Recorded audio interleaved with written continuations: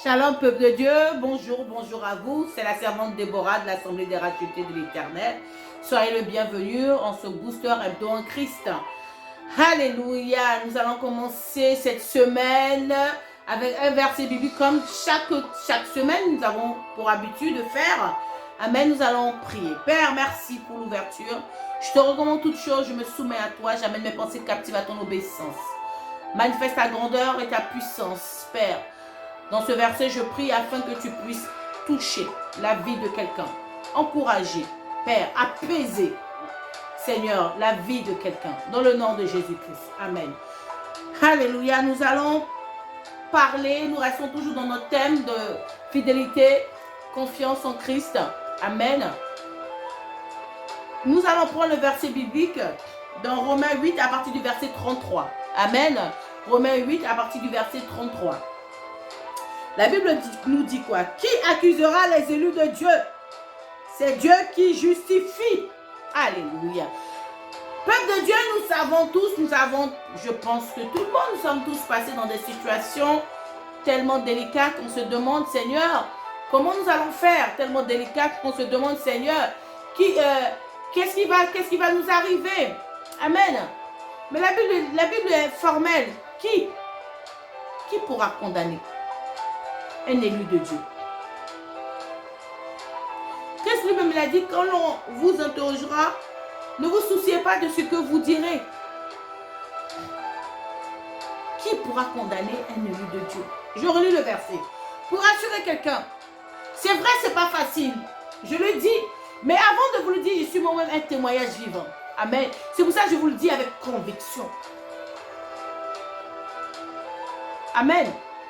C'est pour ça que je vous parle avec conviction. Peu importe la situation dans laquelle tu passes, qui? Tu peux être... Nous voyons beaucoup de pasteurs, des enfants de Dieu, des disciples, des fervents disciples qui ont la crainte de Dieu.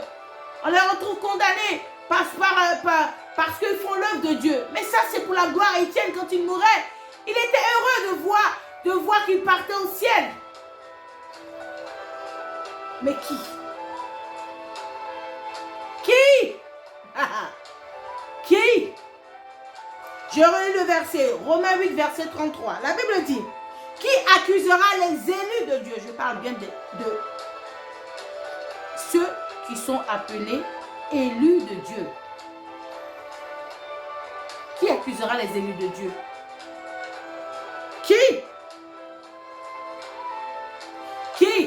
Qui condamnera les élus de Dieu? Il dit quoi? Le verset dit quoi? C'est Dieu qui justifie. Laisse les hommes t'accuser. Laissons les hommes nous accuser. Nous avons un juge par excellence. Nous avons un avocat qui est le Seigneur Jésus-Christ. Peu importe la situation dans laquelle tu te trouves, aie confiance en Dieu. Il est fidèle. Toute la situation que tu traverseras, peu importe, recommande, la Bible dit quoi?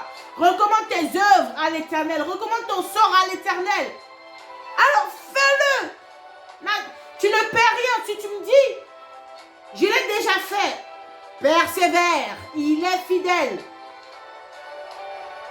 La Bible dit, nous avons lu, aucune bonne parole dans Josué, aucune bonne parole que Dieu a dit n'est restée sans être accomplie. Aucune bonne parole.